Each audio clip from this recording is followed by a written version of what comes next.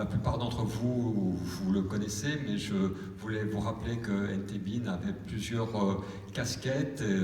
Il est...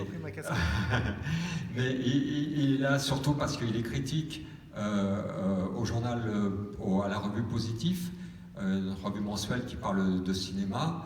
Et donc, NT Bean va vous présenter ces deux films. Et il est aussi le conseiller artistique du festival. Et on travaille plutôt très très bien ensemble. Voilà. Bonjour. Alors, juste avant que j'oublie pour ce soir, évidemment Jean-Paul Rapneau devait venir pour présenter Cyrano de Bergerac et rendre hommage à son chef opérateur Pierre Lhomme, mais en fait, sa famille, puis son médecin traitant lui ont interdit de prendre le train. Voilà, Jean-Paul Rapneau a 88 ans, donc voilà. Mais il s'est entretenu avec moi longuement au téléphone pour me raconter des tas d'anecdotes très intéressantes sur Cyrano. Là, on n'est pas là pour parler de ça, mais de Ragtime, donc un film de Miloš Forman, un film qui pendant très longtemps est demeuré invisible et n'est pas ressorti. Et donc là, il vient d'être édité dans une sublime édition avec plein de suppléments en Blu-ray et en DVD, mais évidemment c'est incomparable de le revoir, ou de le voir, ou de le découvrir sur grand écran. Juste pour vous situer, Forman dans l'histoire du cinéma, en gros, en quelques mots, et ce film-là dans sa carrière. Miloš Forman faisait partie de ce qu'on appelait la nouvelle vague tchèque, et avec des films comme L'As de pique ou Les Amours d'une blonde, Au fait les pompiers.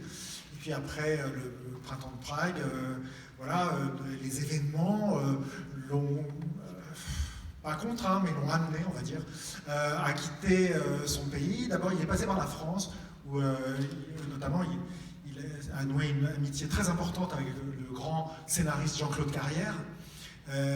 Et ensuite, il est allé aux États-Unis, où il a mis un certain temps pour faire son premier film aux États-Unis, s'appelait Taking Off, qui est devenu un classique maintenant, mais qui à l'époque n'avait pas très bien marché, sur un scénario de Jean-Claude Carrière, qui était un film, une sorte de satire assez corrosive des rapports entre parents et adolescents au moment du mouvement hippie, avec une très célèbre, très célèbre scène où les parents essayent la marijuana dans une séquence d'anthologie. Ensuite, bon, il était très heureux d'être aux États-Unis. Pour lui, c'était synonyme, ce pays, de la liberté d'expression, après ce qu'il avait vécu en Tchécoslovaquie. Ce qui ne l'a jamais empêché, dans ses films américains, de parler, souvent de façon, justement, grâce à cette liberté d'expression, de façon assez critique de cette société qu'il avait, de ce pays qu'il avait accueilli. Alors, il a fait deux films qui sont devenus quasiment mythiques au fil des années 70. D'abord un film que personne ne voulait produire et qui est devenu un triomphe public, critique et aux Oscars, qui est évidemment Vol au-dessus d'un nid de coucou. Et puis ensuite, une adaptation très attendue à la fin des années 70 de la comédie musicale de Broadway, Hair. Donc voilà, et son troisième film est le film que vous allez voir, qui est adapté d'un best-seller des années 70 de Dr. Who, qui était un romancier qui faisait comme ça des grandes fresques de l'Amérique du passé, mais qui parlait aussi de l'actualité sous couvert de s'intéresser à l'histoire récente. Le producteur Dino De Laurentiis, qui est un grand producteur italien, mais qui produisait aussi des films, des grandes coproductions avec les États-Unis, avec Hollywood, avait d'abord engagé Robert Altman pour faire cette adaptation, et puis ça n'a pas marché. Du coup, ils se sont adressés à Miloš Forman, qui a repris la collaboration avec le co-scénariste Michael Weller, avec qui il avait travaillé sur Hair.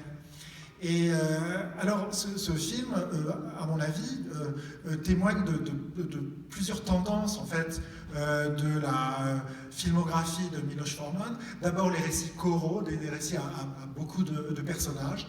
Et un peu, Hair, c'est un peu le cas aussi. Et chacun de ces personnages ayant son histoire et les divers récits s'entrecroisant comme ça.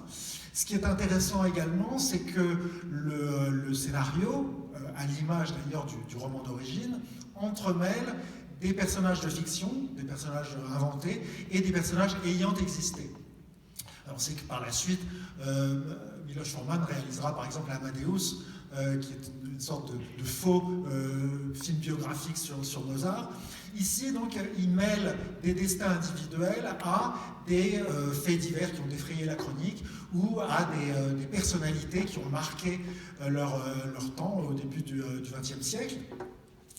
Notamment, il y avait un fait divers célèbre qui est l'affaire Stanford White, un architecte qui avait été mêlé à une affaire de mœurs et dont la vie avait déjà inspiré un film hollywoodien qui s'appelle La fille sur la balançoire de Richard Fleischer. Donc cette histoire est entremêlée avec les autres films narratifs du film. Ceux qui connaissent aussi le nom de Houdini, le grand prestidigitateur de cette époque, le verront aussi traverser cette grande saga. Mais c'est aussi, alors, l'histoire, vous allez le voir, d'un futur cinéaste, puisque c'est aussi par ce biais-là que Forman rend hommage à son propre art, le cinéma, qui, à l'époque du récit du film, est un moyen d'expression qui est en train de préparer son épanouissement, on va dire. Et puis, il y a aussi un protagoniste que Forman a choisi de détacher du reste pour en faire presque le personnage principal du fil conducteur du récit, qui est un héros noir, un pianiste. Et Forman et son scénariste vont particulièrement développer son histoire à lui en parallèle avec l'histoire d'une famille d'Américains typiques, entre guillemets, qui, dans le roman comme dans le film d'ailleurs, n'a pas de nom de patronyme, c'est-à-dire qu'ils sont distingués comme le père, la mère, le grand-père, etc. Voilà pour situer le contexte du film. L'un des problèmes au départ pour monter cette super production, puisque je pense qu'aujourd'hui, un film avec un tel sujet et aussi audacieux dans son approche formelle et dans sa trame narrative, aurait beaucoup de mal à être produit aujourd'hui. C'est pour moi ce qu'on pourrait appeler une super production d'auteur. C'est-à-dire un film à la fois très personnel, mais avec un énorme budget. Il ne faut pas oublier qu'à l'époque, les effets numériques n'étaient pas développés comme aujourd'hui. Les décors que vous allez voir, soit ils ont été entièrement reconstruits, c'est notamment le cas pour toutes les dernières scènes du film, soit ils ont été aménagés, c'est-à-dire que des grandes rues vidées et puis remplacées avec des façades redécorées et des figurants, des centaines, voire des milliers de figurants dans le champ. Donc voilà, c'est un film qui, en l'état, serait très très difficile à produire aujourd'hui, mais même déjà à l'époque, ce qu'on avait demandé à Forman, on lui avait dit, mais pour monter une coproduction aussi grande, surtout pour le marché en Europe, il nous faut des stars. Or, Forman, lui, il n'aime pas travailler avec les stars, il aime travailler avec des acteurs, parfois même des non-professionnels, qui prend pour incarner des gens qui sont proches de leur personnalité, mais voilà, il n'aime pas les caprices de stars, il n'aime pas les guerres de pouvoir qui parfois, sur les plateaux, peuvent perturber sa mise en scène. En revanche, bon, puisque c'est une très grosse production, il commence par aller voir Jack Nicholson pour lui proposer un rôle secondaire, mais on pourra quand même le mettre à l'affiche. Nicholson, au départ, qui doit à Forman son plus grand succès avec Vol au-dessus d'un nid de coucou, commence par dire oui, et puis ensuite dit non, parce que c'est quand même un petit rôle, et puis voilà, donc il se retrouve sans star. Puis alors là, je vais juste développer un petit peu les relations avec de Miloš Forman, qui est invité, qui a une soirée, fait la connaissance d'un mythe du cinéma américain, mais qui n'a pas fait de film depuis 20 ans, et qui est une ancienne grande star des années 30, qui s'appelle James Cagney, qui est très vieux, qui est très malade. Donc, ils sympathisent ensemble, et à un moment donné, quand on est à la recherche d'un nom de stars, eh bien, Milos Forman va avoir l'idée de demander à James Cagney de jouer dans son film. Vous allez le voir, il joue le rôle du procureur, il est extraordinaire. Donc il va voir James Cagney et puis il lui propose, il lui dit est-ce que vous aimeriez jouer dans mon film? James Cagney ne sait pas qui est Milos Forman, il n'a pas vu les autres films qu'il a fait, mais il a sympathisé avec lui. James Cagney lui dit oui, mais qu'est-ce que vous me donnez comme rôle? Donc Forman lui dit écoutez, si vous acceptez de jouer, je vous donne n'importe quel rôle, c'est vous qui choisissez, même celui de la jeune première, si vous le voulez, vous l'aurez. Donc voilà. Et alors James Cagney lui dit pourquoi pas, mais je vous demande d'accéder à deux de mes exigences. Il lui dit d'abord je ne veux pas de contrat écrit. Donc Forman dit oui, sans doute, c'est possible, je demanderai à mon producteur. Et deuxièmement, je veux me réserver le droit d'accepter ou de refuser le rôle jusqu'à 3 jours avant le tournage de mes scènes. Ah d'accord. Alors ça, Forman ne va pas le dire à son producteur, il va dire oui, Cagney est d'accord, etc. Et puis, il va en fait inviter James Cagney à venir sur le tournage quelques jours avant qu'il commence ses scènes. Et puis Cagney, comme ça, arrive. Alors Forman est très très anxieux quand même, parce que c'est un rôle très important. Et puis ils sont en train de tourner à Londres. Donc ils invitent Cagney sur le plateau, où il y a beaucoup de figurants. Quand Cagney arrive sur le plateau, c'est pas du tout préparé, mais tout d'un coup, il y a 200 personnes qui se lèvent, qui s'arrêtent, qui arrêtent tout et qui l'applaudissent. Et Cagney dit « Oui, ok, je le fais ». Le tournage se passe donc, avec Cagney d'une manière où Forman est quand même un peu inquiet de l'état physique de James Cagney, au point qu'il ne peut pas se déplacer et que dans les plans larges où on voit son personnage marcher, il doit être remplacé par une doublure. Donc, il dit, mais en voyant son état, sortant de la loge de maquillage, il dit, il ne pourra pas tourner, c'est un vieillard sénile, il a l'air en très très mauvais état. Et au moment de la prise, au moment où quand Forman dit action, il voit Cagney concentrer toute son énergie, se transformer, son regard commencer à briller, il est extraordinaire pendant les prises. Et dès que la prise est finie, il redevient une sorte de vieillard qui a du mal même à bouger.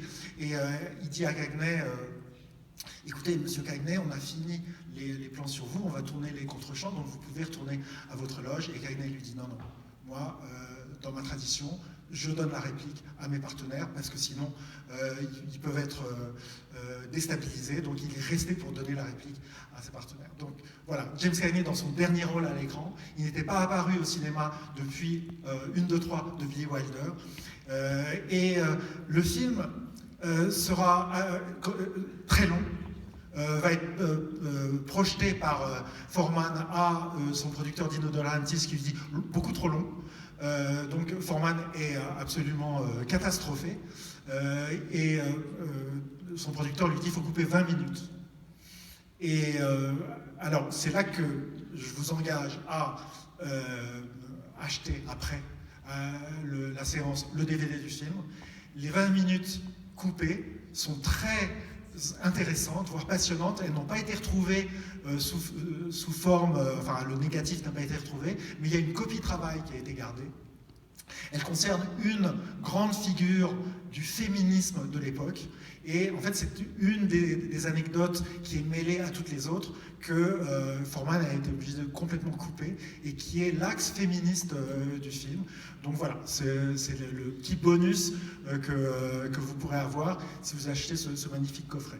Je vous laisse en compagnie donc de Ragtime avec une pléiade d'acteurs tous formidables dont vous ne connaissez quasiment pas les noms. Si, peut-être Elizabeth McGovern, parce que récemment elle est revenue pour jouer dans une série télévisée à succès. Mary Steenburgen peut-être vous dira quelque chose, grande actrice des années 80-90. Mais d'autres, par exemple, l'acteur noir formidable qui joue le rôle du pianiste, Howard Rollins, est un acteur surtout de théâtre qu'on n'a quasiment jamais revu au cinéma depuis, et un personnage qui a priori est très ingrat, mais qui se révèle aussi au fur et à mesure du film, c'est le père, joué par James Olson. Et puis aussi Mandy Patinkin, qui fait le futur cinéaste, émigré, donc, dont le destin résonne beaucoup avec celui de Foreman, qui est une grande vedette de Broadway, y compris dans des comédies musicales. Voilà, d'ailleurs, comédie musicale, ça me fait penser, puisque je suis aussi, comme vous le savez, un grand amateur de comédie musicale.